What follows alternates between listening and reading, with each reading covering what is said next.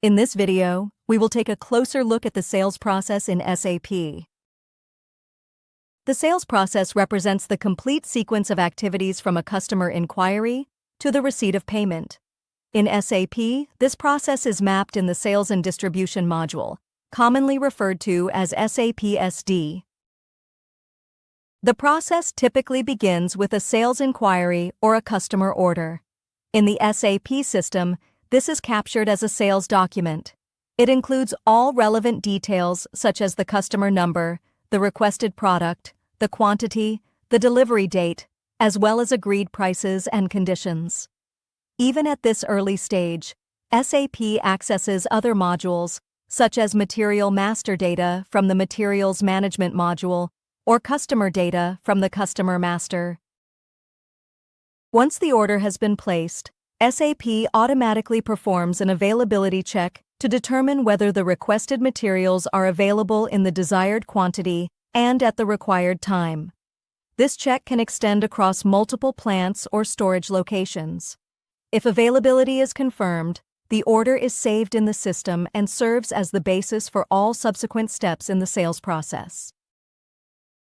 The next step is delivery processing, which results in the creation of a delivery document. Depending on the business rules of the company, this document is generated either manually or automatically by the system. As part of the delivery process, physical goods movements are prepared, including picking, packing, and the handover to shipping. Once the goods physically leave the warehouse, the goods issue is posted in the SAP system. This step has both logistical and financial implications. The stock is reduced in inventory, and at the same time, the delivery is recognized from an accounting perspective as fulfillment of the sales obligation.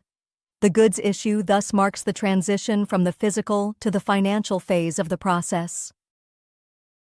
Next, an invoice is generated in the system, either automatically or manually. This invoice is based on the original customer order, as well as the delivered quantity and the agreed terms. In SAP, this step is referred to as billing. The invoice can be sent directly to the customer, either digitally or in printed form, and serves as the basis for the incoming payment. Once the invoice is sent, the incoming payment process begins. This is recorded in the Financial Accounting module.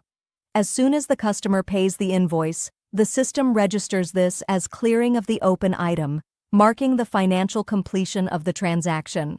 With this, the sales process is concluded. In summary, the sales process in SAP covers all stages of the sales cycle in a structured, digital, and automated manner.